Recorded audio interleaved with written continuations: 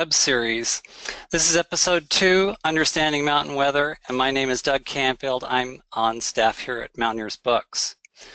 We've had just one previous episode of this series, but we're planning to do them every month, so keep your eyes on our website or some of the other places where you may have seen this one.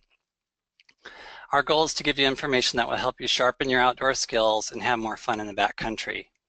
And if we schedule one of these episodes on an evening when you can't make it, go ahead and register anyway, because we will send everybody a recording of the presentation to watch whenever it's convenient for you after the episode is over. For tonight's presentation, we're really happy to be partnering with our wonderful nonprofit sister organization, the Washington Trails Association. And if you joined us this evening through an invitation from WTA, we're really happy to have you. Okay, let's see. And if you don't know much about WTA or the Mountaineers, you can learn more about them at their websites. Their addresses you should be able to see on your screen, hopefully right now. Yep. And let's see. Our presenter tonight is Jeff Renner. Jeff is a meteorologist who many of us know from his years as the on-air weather reporter for Seattle's King 5 TV. In addition to his new field guides, Mountain Weather Pocket Guide and Marine Weather Pocket Guide, Jeff is also the author of the book Mountain Weather, Backcountry Forecasting and Weather Safety for Hikers, Campers, Climbers, Skiers, and Snowboarders. And he also wrote Lightning Strikes, Staying Safe Under Stormy Skies. All of these are Mountaineers books, books and guides.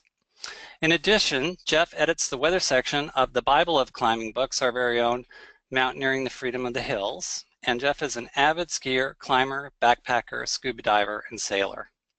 In his presentation tonight, Jeff will explain how to read weather and offer tips on how to stay safe if we find ourselves in a critical situation in the backcountry.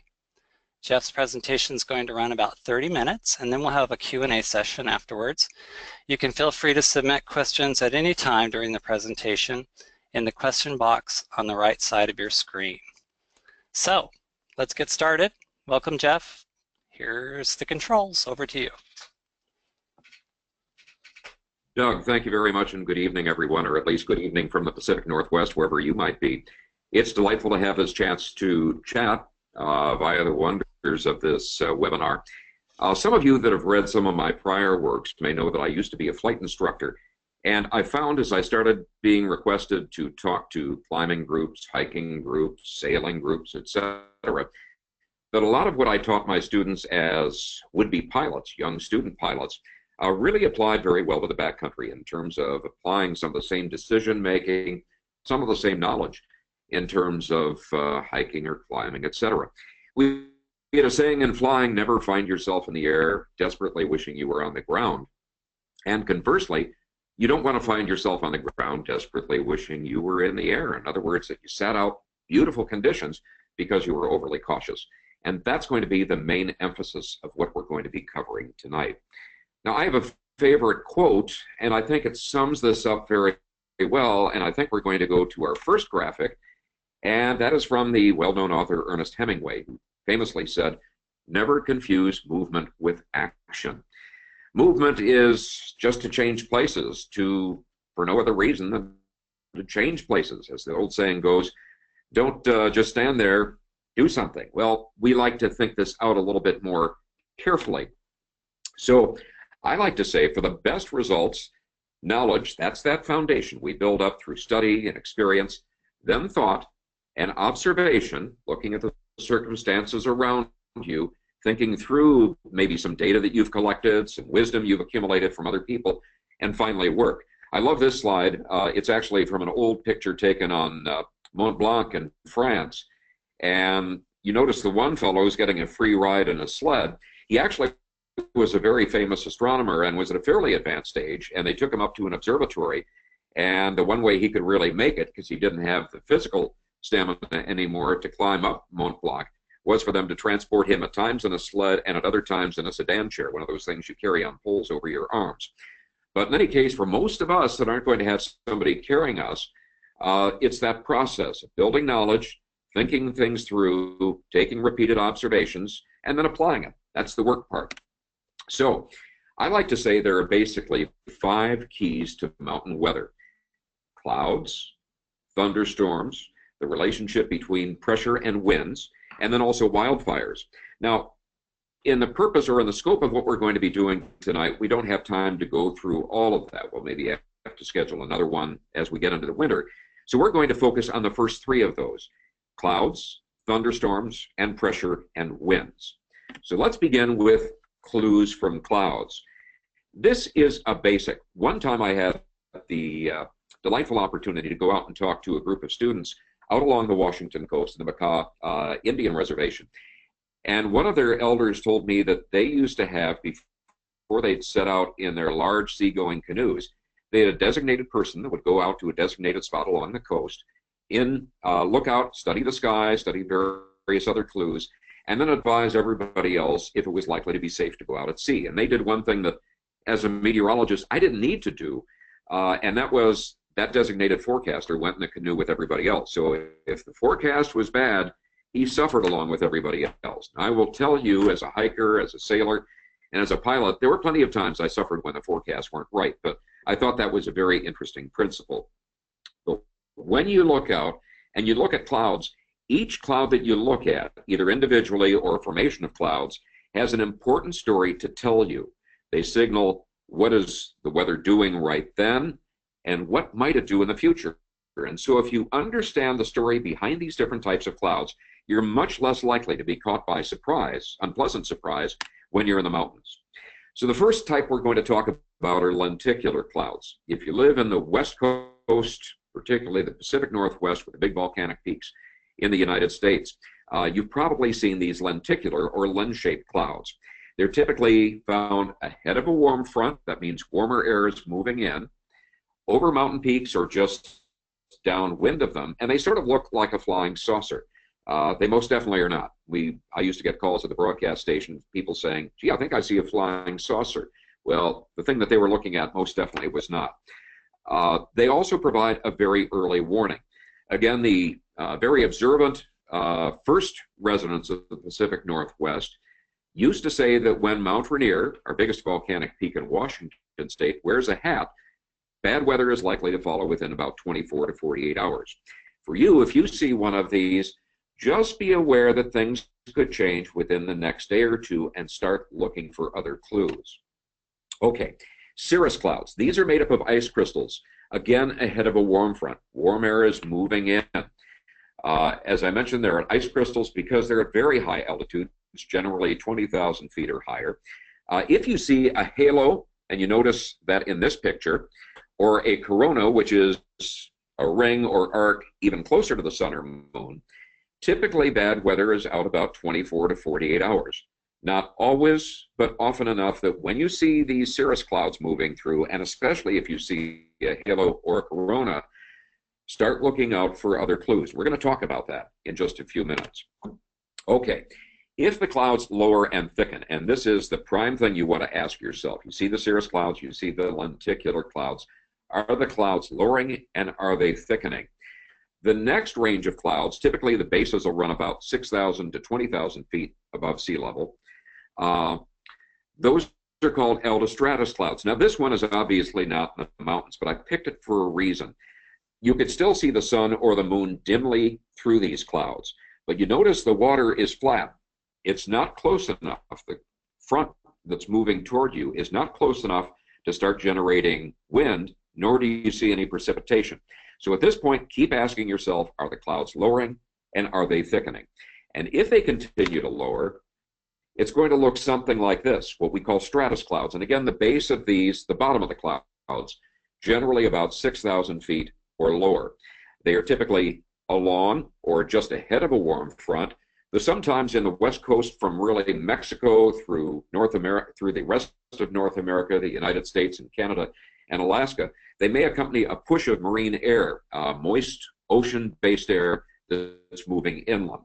And so you notice the surface of the water is much rougher. When you start getting these stratus clouds moving in, you should anticipate stronger winds, and you're likely to see some precipitation. So there's this schematic diagram that I really like. If, say, you started seeing those cirrus clouds, the halo or corona around the sun or moon, you'd be in the lower right-hand section of this diagram. You're getting the very high clouds. As that warm front, marked by a series of red half circles, begins to approach you, those altostratus clouds, the lower, what we call mid-level clouds, will move over you, and then the nimbostratus clouds will move over you.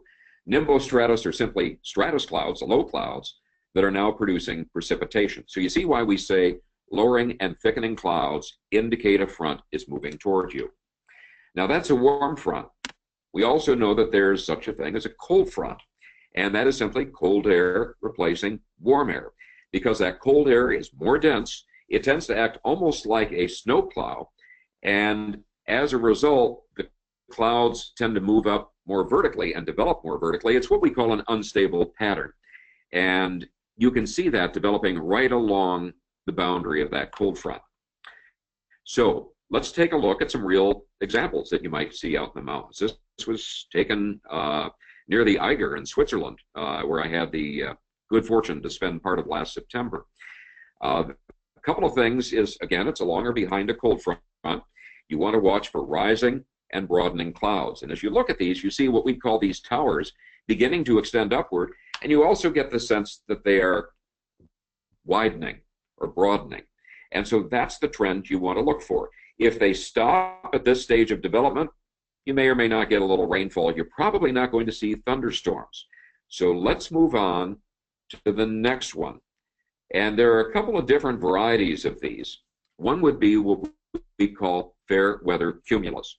Okay, here you don't see any upward growth, do you? They're not getting taller, and they're not spreading out. They're not broadening. They're not merging. You see a sky like this, you don't see that upward growth or the broadening or the merging. Don't worry about bad weather, at least in the form of thunderstorms or rain or that sort of thing. You're very unlikely to get that. That's why we call them fair weather cumulus.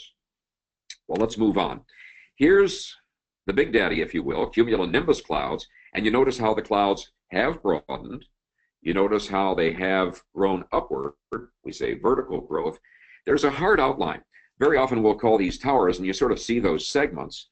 Sometimes we'll refer to them as a section that is cauliflowering, like the vegetable, because they sort of look like that. That hard outline indicates that there's likely some very vigorous up and down drafts within the clouds, and that they're likely to continue developing. On the top, you notice this almost a shelf-like object that appears, and we sometimes refer to those as an anvil. And it doesn't sound pleasant, and generally if clouds develop an anvil, the weather is not going to be pleasant. The fact that they sort of look fuzzy is what meteorologists say indicates glaciation, or that is, you're not getting water droplets, you're getting ice crystals forming. And so again, if you see this combination, clouds really broadening, really growing upward, and developing that anvil shape, anticipate some nasty weather. So let's talk about the thunderstorms that typically develop when you see this process going on. And we're going to offer some safety tips. This is both a part of what we were discussing in terms of cloud types and how you can use your knowledge of these different clouds and what they signify to help anticipate changes in weather, but also some specific things you can do to make yourself safer. So CUMULO-NIMBUS clouds, you see them form. There's a perfect example. I think this one was taken in Colorado. Expect precipitation. Expect gusty winds, and very likely to find thunder and lightning. Use, and we're going to talk about this in a minute, the flash to bang principle to get a sense of, is this too close? Is it likely approaching you, or is it likely moving farther away? So let's explore some of these different aspects in greater detail. So assessing your thunderstorm risk, and this is actually a photograph supplied by NASA, and all those things that you see underneath there were taken by the International Space Station, and those are flashes of lightning. So a couple of things to ask yourself as you encounter this: is the air more humid? In other words, is visibility decreasing? If you're, say, in the Rockies and you can see way out to neighboring peaks, maybe the visibility is 20, 30, 40 miles, odds are the air isn't very humid, and that's sort of the base fuel for thunderstorms. On the other hand, if all of a sudden you notice the air is becoming, the visibility is dropping, you can't see as far, the humidity is probably increasing, and that is the presence of the fuel that can generate a cumulonimbus or a thunderstorm cloud. Do you see growing or mature cumulonimbus clouds anywhere else? That's a good sign that this is a risk you're running. Now, if you're really unfortunate, it may be developing directly over the peak or the ridge that you're on, and you don't see that process. It's cloudy, and then it starts building up, and we'll talk about clues for that in a minute. Ask yourself next, am I in the open? Am I on or near exposed peaks or trees? And we'll talk about this in just a second. The other part of this, ask yourself, am I holding, wearing, or near metal objects? If you're climbing, you might have an ice axe, you might have some climbing gear that you have with you that's going to be likely metal or related objects. Even some tent stakes that might be made of metal or graphite can act as a lightning rod and draw the stroke. And of course, if you're close to that area, that would not be very pleasant for you. Do I feel a tingling sensation, or do I hear buzzing? And people that are in an area close to a lightning strike very often report buzzing. They'll say that they'll feel tingling on their skin. If they've got some hair on their arms or on their head, they'll feel that tingling because they're getting electrified. Basically, within a thunderstorm, as hail begins to form, and what generates hail formation is raindrops will start to fall, run into an updraft, they'll get kicked up, they'll freeze, they'll begin to fall, they encounter some liquid water, some raindrops, they'll accumulate that, they get kicked back up, and it forms a bigger and bigger hailstone. In fact, if you cut a hailstone open, like in half, you'll see growth rings, and that gives you an idea how many times it's been kicked up and down within the cloud.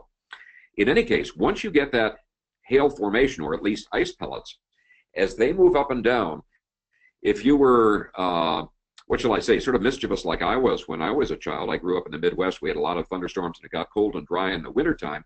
What you delight to do is scuff your feet on carpeting and then reach out and try and touch your brother, your sister, your friend, and give them a shock. And some of you that have lived in or grown up in that environment know that if you drag your feet, contrary to what your mom or dad might have said, and you reached out and you touched a doorknob, you'd get a shock.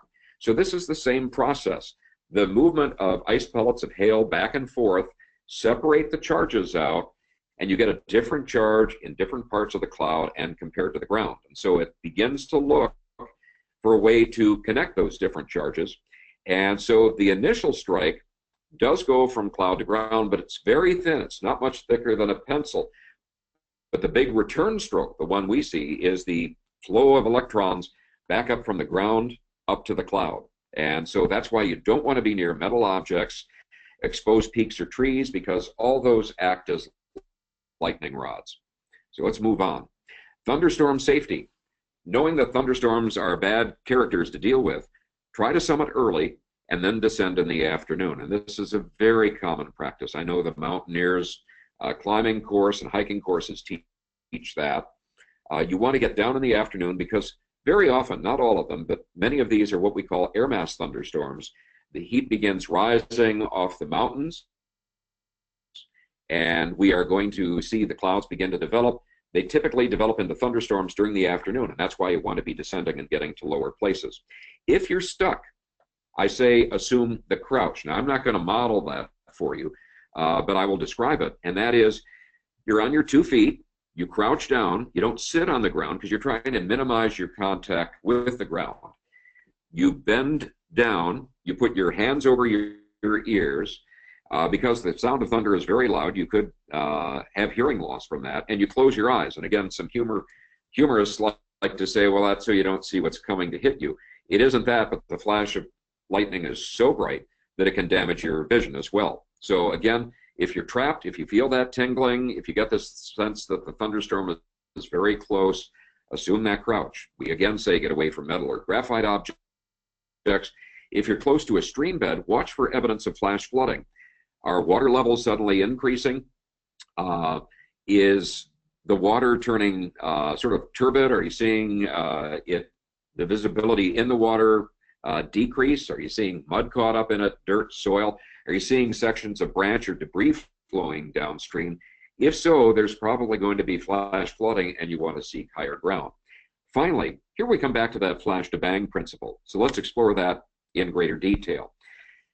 What you do when you start seeing thunder and lightning, start counting when you see a lightning stroke. 1001, 1002, 1003, and so on. Stop counting when you hear thunder.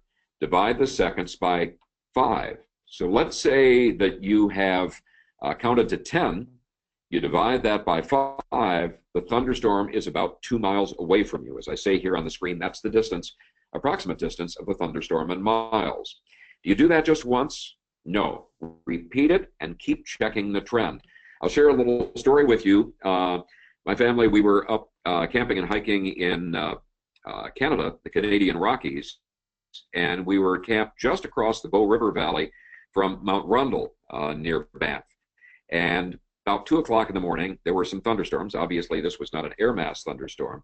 And so I thought, okay, do I need to get us out of here? What do I need to do? So I started doing this flash to bang principle, and doing it repeatedly, I noticed that time interval did not change. And so that told me the thunderstorm wasn't moving anywhere. I basically, at that point, made the decision it was probably formed by air moving up Mount Rundle, locking that thunderstorm in place, and we were safe. We enjoyed the fireworks, the light show, and we were perfectly safe. But if you do this and you notice the time interval shrinks, the distance that you are from the thunderstorm is also shrinking, it's moving toward you, and you want to start making some decisions to find safer ground or safer place to be. So that's the flash to bang principle. I would say if you take nothing else with you out of this discussion this evening, take that with you. And of course, I hope you remember more things than just that. Last section we're going to talk about is the relationship between air pressure and mountain wind. This was taken up on Mount Washington out in New Hampshire and has some of the strongest recorded winds in any place in the world. I suspect there have been some stronger winds, but the anemometers, the wind speed indicators, probably broke before they could record that. So this is a picture, and you notice this was actually my son probably about, 15 years ago. You notice how his hair is almost streaming downwind, and that gives you a sense of the strong winds. So to understand why this is important, let's look first at how a barometer works. If we know how a barometer works, we'll understand why it's useful. A barometer is really nothing more than a scale, and like a bathroom scale measures our weight, a barometer measures the weight of the atmosphere above it. If we're moving toward higher pressure, the needle on the barometer will move up on the face, and if the pressure drops, the needle will also drop, and it will indicate lower pressure. So that barometer is doing nothing more than measuring the amount of air above it and changes in the amount of air above it. And what we really focus on is something that we call gradient. And that's simply a scientist's way of saying the difference in air pressure from one location to the other. So let's look at a couple of examples. I like to use sort of a land analogy of slope.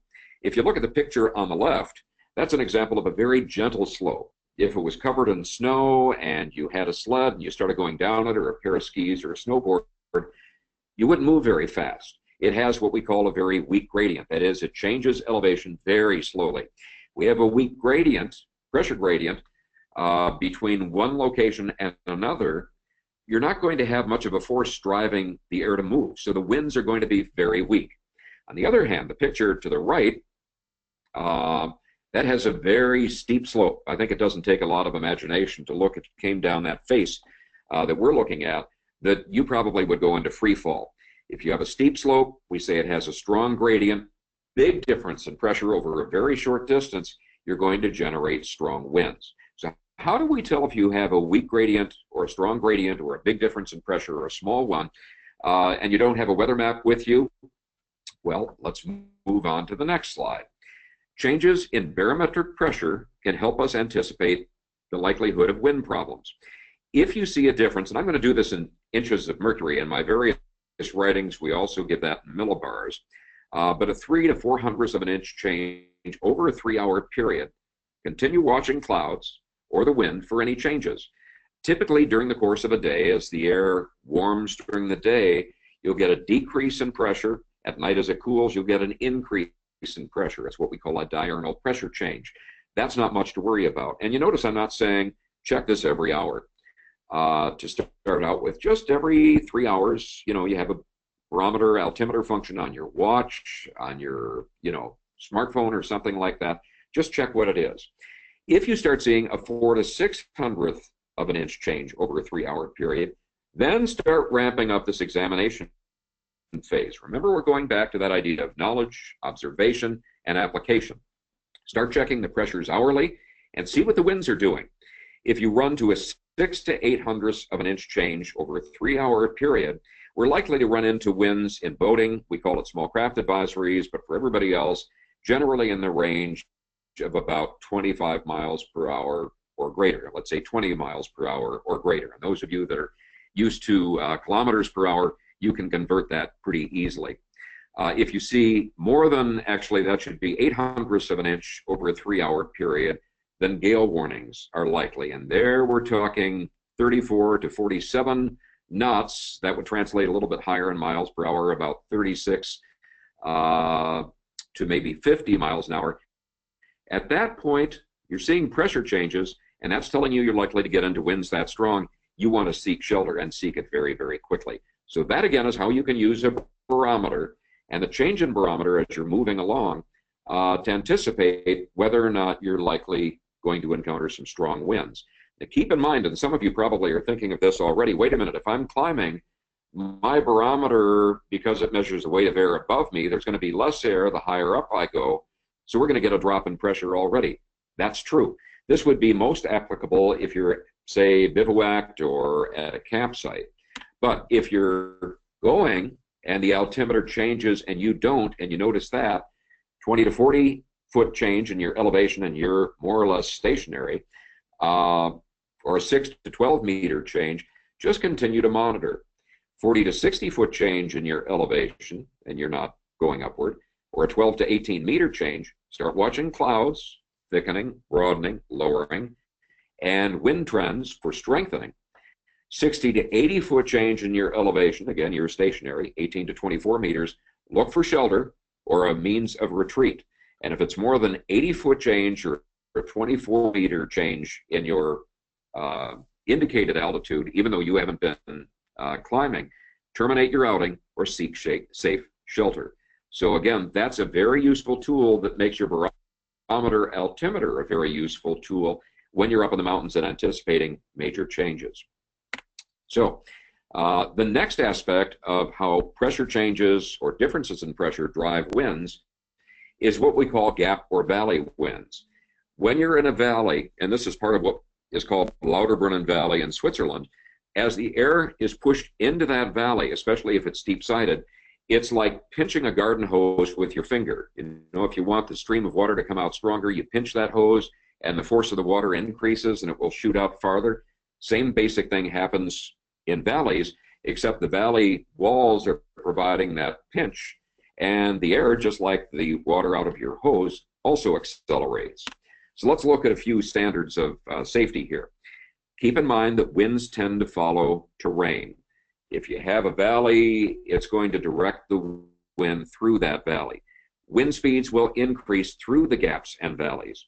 You can anticipate this by comparing the wind speed, say in forecasts, and that should actually be wind and speed, and the direction to your terrain, your location. A lot of times I will say, take your map, your topographic map, mark on it the general expected wind direction and wind speed, and see if it's more or less parallel to the trend of that valley. And if it is, go ahead and expect that you're going to run into some stronger gap or channel winds. Very often, those wind speeds can double. So upwind of that gap, that channel, that pass, you might have, let's say, 20 mile per hour winds. They may increase to 40 mile per hour winds by the time you get to the exit region, and certainly through it. And so again, as we say, check wind speeds upwind of the gap or valley as an indicator. It's really helpful to keep this in mind when you choose a campsite. There are a couple of things I'll mention, and certainly you may have some questions on that we'd be glad to take a stab at as well. But I was out with a scouting group one time, and we were camped in an area called Lake Wenatchee. That's the east side of the Cascades in Washington State. And there's a very nice valley and gap that goes into that area. Middle of the night, we started hearing this roaring sound. And we thought, well, what's that? We knew that there was a naval air base not that far away, and maybe they were doing a practice run over us. But it kept going on. And pretty soon we heard some shrieks. And being naturally curious, we sort of zipped open the fly of our tent, looked out, and there was another tent, and they hadn't used stakes to fasten their tent to the ground. And it looked like it had transformed itself from a tent to an airplane preparing for takeoff. And as one of the hapless people inside that tent tried to exit the tent with the intent of getting some stakes into it, of course there was less weight holding the tent down, and it was proceeding for takeoff at that point. I'm not so proud to say that we were doubled over with laughter at that point, but we went ahead and collected ourselves and did the right thing, and that was go over, told them to stay in the tent, helped weight it down, got some stakes in it, they were able to stay put. But this is why you want to choose your campsite with care, use the proper stakes, use the proper weighting system, and there are a couple of other tips that I just quickly toss out right now. Number one, if there are trees around, seek a stand of trees if you can that are all the same size. If there's just one tree that's much bigger, it may catch more of the wind, and if the winds get very strong, fall over. If there are dead branches, if there's evidence of, say, insect damage, again, it's diseased. If strong winds ensue, that may knock it over. We've already talked about avoiding camping downwind of a gap, a pass, or a canyon. If there's a hill, if there's a bluff or a large boulder just upwind, that will provide some protection from the wind. And once you select a campsite, try to erect your tent facing into the wind. And again, use solid tent stakes and guy lines. And this will help, I would say, keep your tent attached with it if the winds do rise overnight or into the morning hours. So those are a few things to think about when you're choosing your campsite. So what I want to conclude with before we get into some questions at this point is where to get good weather information. Now, a lot of people say, well, I use certain apps on my smartphone. How good are those? And as a meteorologist that prepared my own forecasts, I would have to say that looking at those, I got into battles with people from the group I was with because they loved some of these apps to put on websites, and they're not very good. They're using very general models that may apply very well in some parts of the United States or Canada or Mexico or other countries, but don't do so well in the mountains. So I like to point people to their national forecast organization. That would be NOAA and the National Weather Service in the United States, Environment Canada up in Canada, and the Mexican National Forecast System down in Mexico. And when I go traveling, like last year, I mentioned that I went to Switzerland and France. I downloaded apps from those countries, and usually you can get those changed into different languages, but it's a really handy way of getting the best possible forecast by people that know the weather patterns for the area you're going to be with or you're going to be in.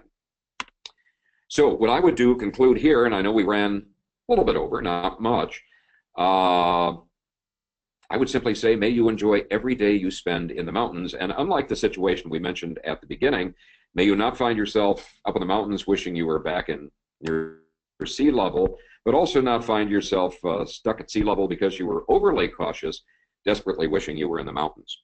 So at that point, I think we're going to open it back up to some questions at this point. And I think the camera is going to come back up, and I think we're going to take some questions at this point. So feel free to enter those in at this point. Yeah, Jeff, we actually have quite a few questions, and so let's take a look. You ended by talking about the relative ineffectiveness of telephone apps, but somebody's asking, do you have a good one you could recommend for an iPhone? What I would say for an iPhone is go ahead and get and save the website of the National Weather Service Forecast Office or Environment Canada or Mexico or wherever you're at, and save that among the places you want to do, and they're beginning to develop their own apps. The other one that I would mention that I think is really worthwhile, and if you're dealing with mountains that develop significant snow in the wintertime, there are avalanche forecast centers. And the avalanche forecasters are very good meteorologists, in addition to being, I think I'm about to come back on camera here. Yeah, I see. And, okay. Hopefully we're not frightening any small children with me reappearing on camera there. But the thing I would also recommend is check out the Avalanche Forecast Center. For example, here in the Pacific Northwest, it's the Northwest Avalanche Center. And they offer not only very good avalanche assessments and forecasts for different areas, but they also offer excellent mountain weather forecasts. And so that would be something else that I would suggest. The general ones that you see, and I'll probably get in trouble with this, but the general forecast that you find in most apps, and there may be some that I'm not aware of, simply are not very good because the models aren't precise. I don't want to get overly geeky here, but basically to successfully forecast weather in the mountains, you need a model that has a very high resolution. You could think of it as the difference between seeing, one of the old photographs in a newspaper versus what we get on our HDTV or the newer generations of that. They're very clear. They're very sharp. And a model is the same way. If it's got really high resolution, it can pick out the changes in pressure, the changes in moisture content, the local terrain variations, to do a good job of forecasting. But most of these very broad models simply don't do very well. And I know after saying I'd never rely on those, one time I was out on a trip and I did rely on one, and I swore at that time I'd never do so again. So use those cautiously, and only if you don't have any recourse. If some of you are involved in some of these and say, hey, we really think ours do a good job, by all means send it to us, and on our Mountaineer website or something like that, we'll be glad to give acknowledgement to that. Hey, Jeff, Nicole asks, the next question. She asks that a lot of the clouds look really similar to her, and I think a lot of us have that experience where it's we're not good at distinguishing between them, and that's what she asks. How do I distinguish between clouds that look similar, and if I'm in them or under them? It's different than looking at a photo of them. So how do I know exactly what I'm standing under? Got any tips for us on that? Okay, number one, I'm guessing Nicole maybe lives in the Pacific Northwest because we're in the clouds so much they do tend to look much the same. But seriously, number one that I do is get some good cloud identification photos, and we're going to talk about a source for that later on.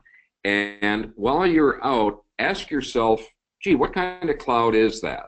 And you'll learn to distinguish between that. The basic distinction I'd make is a cloud flat. Does it look like a sheet or a blanket? That's a stratus cloud.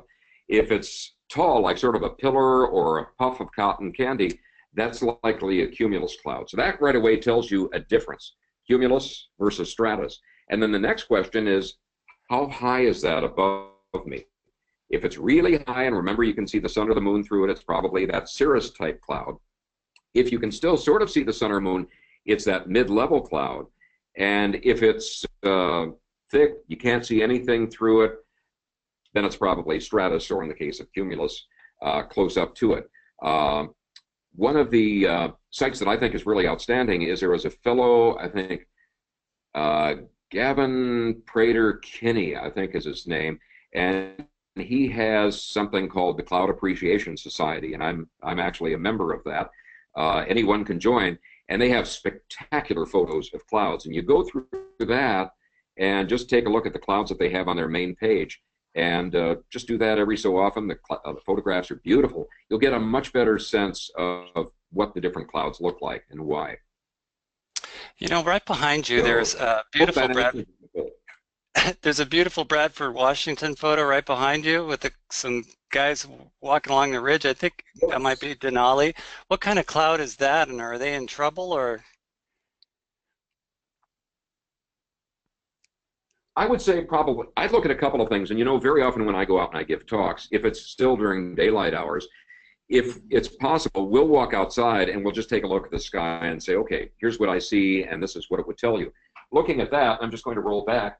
The key element, number one, is that looking, you see the white sort of fluffy clouds coming over that ridge line. You don't notice anything above that. So it tells you it's not part of a system that's gradually lowering and thickening. It's probably clouds caused as moist air moves into a mountain ridge or a mountain peak and is forced up, the air cools. And it's the same phenomenon when you step outside on a cold day, maybe in the morning, and you breathe out, you see your breath. It's because it's cooled, and that water vapor that's in your breath condenses. Same thing is happening there, but it's because that air is getting lifted up. So I would say that would not be a situation to be concerned about. Certainly, if you started seeing other clouds appear, then it would. But in an instance like that, you're not seeing higher clouds. You're not seeing them lowering or thickening. I think they're just clouds moving up that upwind side of the mountains. Knowing that, if you know the general direction the prevailing winds are moving in, you know your visibility is going to be poor on that side of a ridge or peak, much better on the downwind or sheltered side of the peak. Tony asked, you had a slide where you showed if you're looking at your altimeter, but you're not moving, and the altimeter reading is going higher without any movement. He wanted to know in what time frame would you be paying attention to? Like, is that happening over 5 minutes or a half hour? Or? Generally speaking, that would be over a period of an hour or a couple of hours. If it happens over a period of a couple of minutes, you're going to be in big trouble there. And hopefully getting a general sense of the forecast. And forecasts, I will say, having been a meteorologist myself, doing forecasts on a daily basis, there are times certainly the forecasts don't work out the way we think they are. But by and large, they're getting much better. Our computer models are getting better. We're getting more instrumentation out there. We're getting a better sense of knowledge of the atmosphere. I would say, generally speaking, if you notice that change over a space of a couple of hours, that's what you're looking for. And keep in mind the fact that your elevation is showing you're going higher. That's because the air pressure is less at higher altitudes. And so it shows the low pressure is moving toward you. And low pressure is what we typically associate with most of the fronts, with most of the precipitation and the really serious weather. You can get strong winds with high pressure moving in very rapidly. We tend to focus a little bit more on low pressure. Okay. Tyler asked, do winds typically travel only in one direction in a particular area, or do they go back and forth, changing directions, I guess? In another sense, looking at a topographic map would help to see those valleys. But how do you know which direction the wind will go over those valleys? So I guess he's asking for, if he's looking at a valley, how would he predict what he might encounter once he gets there? No, that's an excellent question. And this gets, as anything, there are lots of complicating factors. Early in the day, you will tend to get the east-facing slopes on a valley that'll heat up first, and you'll get upslope winds on that side. Later in the day, as the sun comes around and it's more out of the west, it'll be those slopes or that valley wall that's facing the west that'll heat up more, and you'll get more upwind development on that side. So there are these local variations that give us great challenge. But by and large, if you check the forecast, and again, a source such as one of the mountain weather forecasts, I know here, for example, the National Weather Service in Seattle and also in Portland and all the other ones that I'm familiar with, will have specific forecasts for certain mountain areas. And they'll very often reference some of those forecasts. Say, for example, if you're in Colorado to Aspen or to Grand Junction or Telluride. If you're in Wyoming, maybe Jackson Hole. Montana, Big Sky. Here in the Pacific Northwest, we'd have, say, Snoqualmie Pass or Mount Hood. California, Mount Whitney, and I'm just using those as some examples. Certainly the same is true in other mountainous areas. And they will give the prevailing wind direction. And say if that's out of the west, and keep in mind that when wind forecasts come out, the direction is the direction we're expecting the wind to move from. So you orient that to your map and say, okay, I've got a westerly wind coming in. Is there a valley that I'm going to be in that's oriented west to east? And if so, it's going to be moving through that valley. and tending to accelerate. The winds are out of the south and you're in a west to east valley, odds are it's not going to be having that same impact. The other thing you can do is if there are any clouds in the sky, and this is why I like clouds so much as an indicator, if you look at clouds at your elevation or above, let's say you're up part of the way on a hiking trail or climbing route, and you see the clouds moving a given direction, that's telling you the direction those winds are moving from in the mid to upper atmosphere. And so then you can say, okay, I see those cirrus clouds, those high clouds, are streaming from out of the northwest to the southeast. Gee, I'm in a valley that's also in that same direction. Yeah, those winds are probably going to accelerate that. So one way to tell would be by checking forecasts.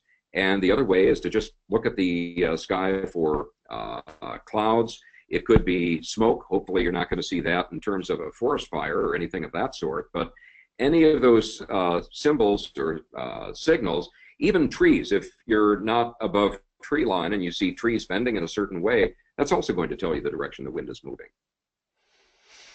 Okay. We have somebody attending who's from Mexico, and they say, what was the name of that Mexican forecasting resource?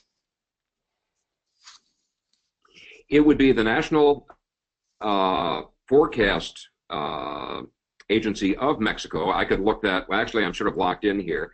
You know what, I've got a smartphone, I could take a look at that. But if you would just check with one of your local media sources, they would be able to tell you who or what the National Forecast, the exact website would be. And they will have various areas divided up and give different forecasts. So that would be my suggestion right there, is to check a media source. Could be a call to a local newspaper, radio station, TV station.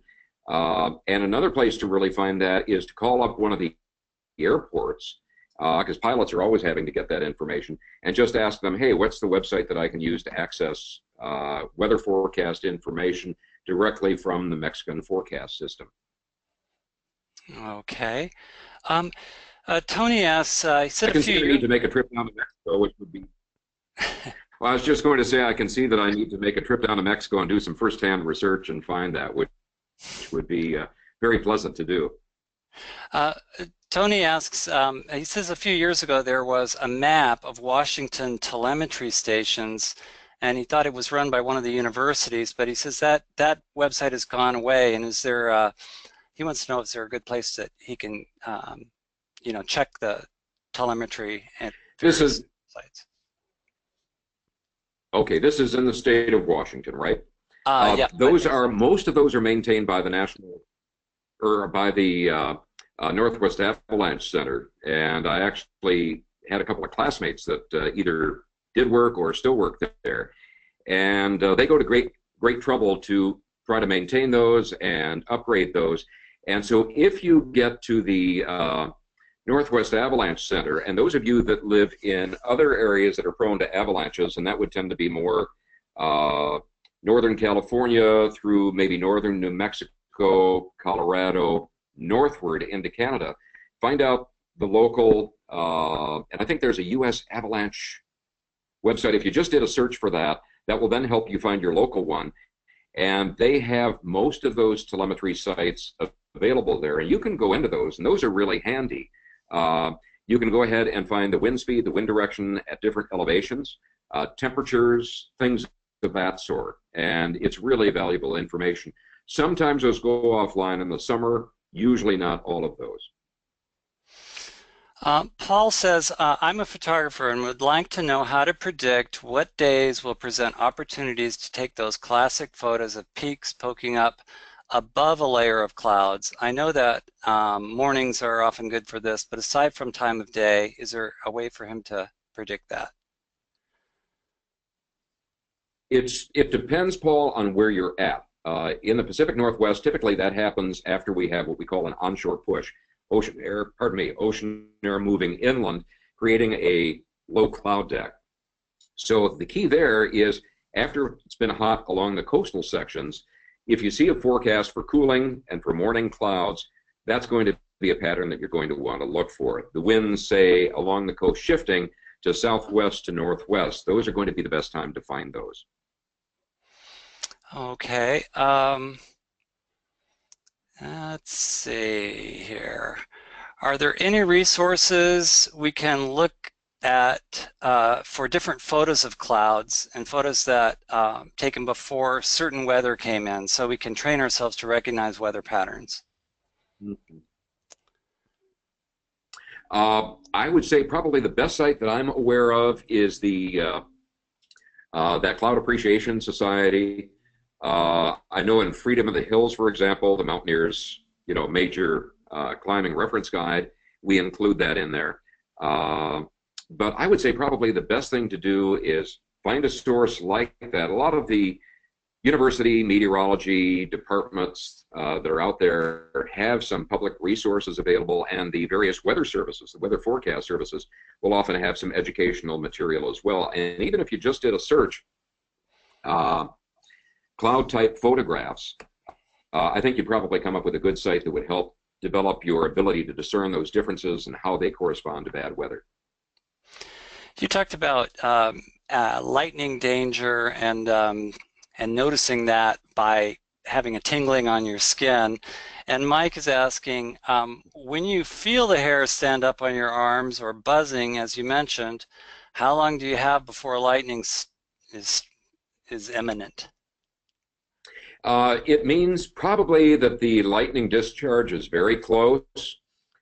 Judge your position. If there's, like, say, a sheltered area that you can get under, like an overhang or something of that sort, move in to that area very quickly.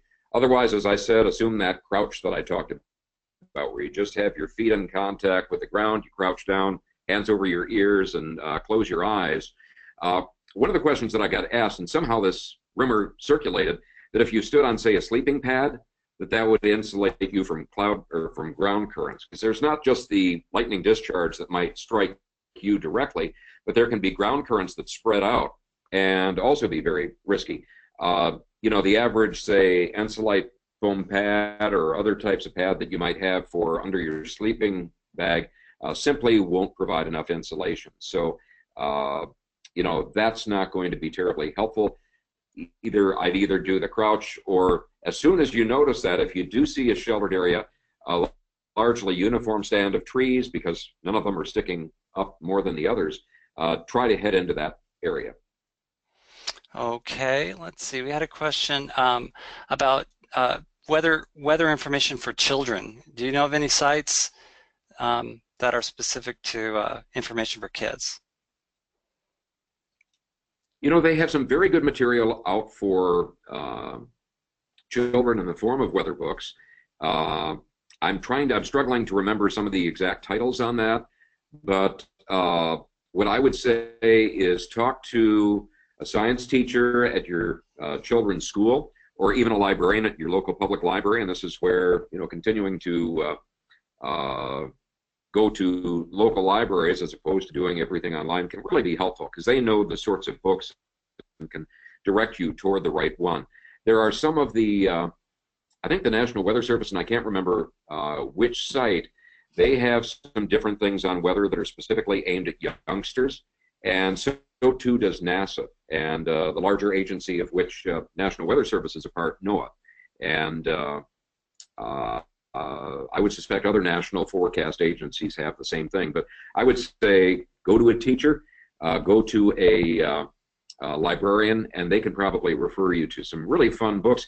And there are also some kits out there and projects. In fact, a lot of the science museums have weather camps that they run. And if your son or daughter is really interested in weather, that would probably be a lot of fun for them. Mari asks about trekking poles in regard to a lightning, lightning danger. Do you want carbon poles? Do you want some other type of pole than the probably aluminum, huh?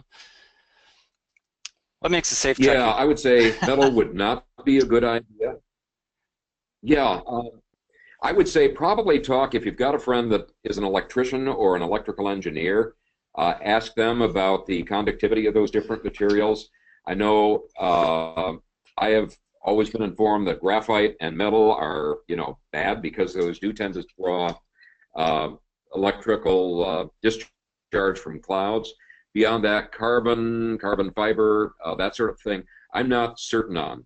You certainly give me reason to go ahead and check on that, but I'd say if you know an electrician or as I say, an electrical engineer, they would be able to tell you, are those, conductive? Are those going to tend to draw lightning?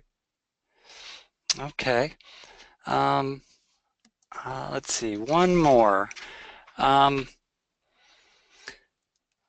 Lauren asks, if you have to bail from your tent at night during thunderstorms, how far away from trees or your tent should you move? Okay, I'd say there are a couple of considerations there, and one of the reasons that I said, and this is good to have this opportunity to amplify on this, if you might remember I said don't pitch your tent near a tree that has dead limbs or obvious insect damage, because if the winds do rise, those limbs are going to fall on your tent. Your tent's going to provide you no protection from falling limbs, etc. at all. For that reason, you want to get out of it. There's a very famous story, and we can talk about it because everybody survived that, though not without injury. Up in the boundary waters of Minnesota, there was a group of Boy Scouts, and this type of, we might call it a line of wind, derecho, and it moves out ahead of a thunderstorm or a line of thunderstorms called a squall line, and it moved through and it just toppled trees all over the place, and they were trapped out there for I think a couple of days before a float plane was able to start evacuating them. But that's just an example of, if you can find some protection, a hill, a bluff, a large boulder, that's good protection. But otherwise, get out of your tent, because at least you're going to see what's happening. And if there's a really stout tree, tuck yourself right up against that, assuming there aren't dead branches above you, because the odds of that toppling are fairly small, and it's going to give you some protection from flying debris. If there is a large wooded area, again, sort of uniform treetops, I would make for that. Otherwise, an open area, because if it's an open area, you're not going to have that danger of tree limbs, etc., that are going to be falling on you. So those would be probably my prime recommendations in that instance. Okay, pretty awesome. Hey, thank you, Jeff. There's, I'm sorry, audience, we didn't get everybody's questions, but we'll give those to Jeff, and as he has time, I'm sure he'll respond. Let me see. We hope you enjoyed this presentation, and Jeff's books, as well as his new Mountain Weather Pocket Guide are available wherever books are sold, and they're also on our website, mountaineersbooks.org. And if you use this code, POCKET, P-O-C-K-E-T, MTN, you'll receive a 20% discount on our site. And if you don't have a pencil, don't worry about it, because we will send you a recording of this presentation, and we'll give you that code again in the next couple of days or two. The Pocket Guide has a number of people that we didn't get to their questions were asking about, well, more about cloud identification, because it is confusing. You do have to practice, but there are photographs in the Pocket Guide of these clouds. And and the also cool thing about the Pocket Guide is it's nice and light and small and can go in your pack. And when your tent is shaking at night, you can pull it out with your headlamp and figure out what's going on. So our next episode is in August, and we're going to have BREE LOEWEN. She's the author of Found a Life in Mountain Rescue.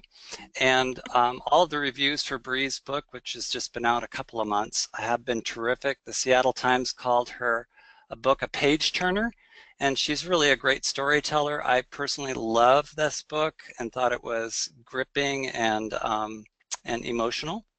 So I hope you can join us for that presentation. It's going to be in mid-August. And in the meantime, in the pursuing weeks until that next episode, we hope you have a terrific time in the outdoors, and we'll see you next month, hopefully. Good night.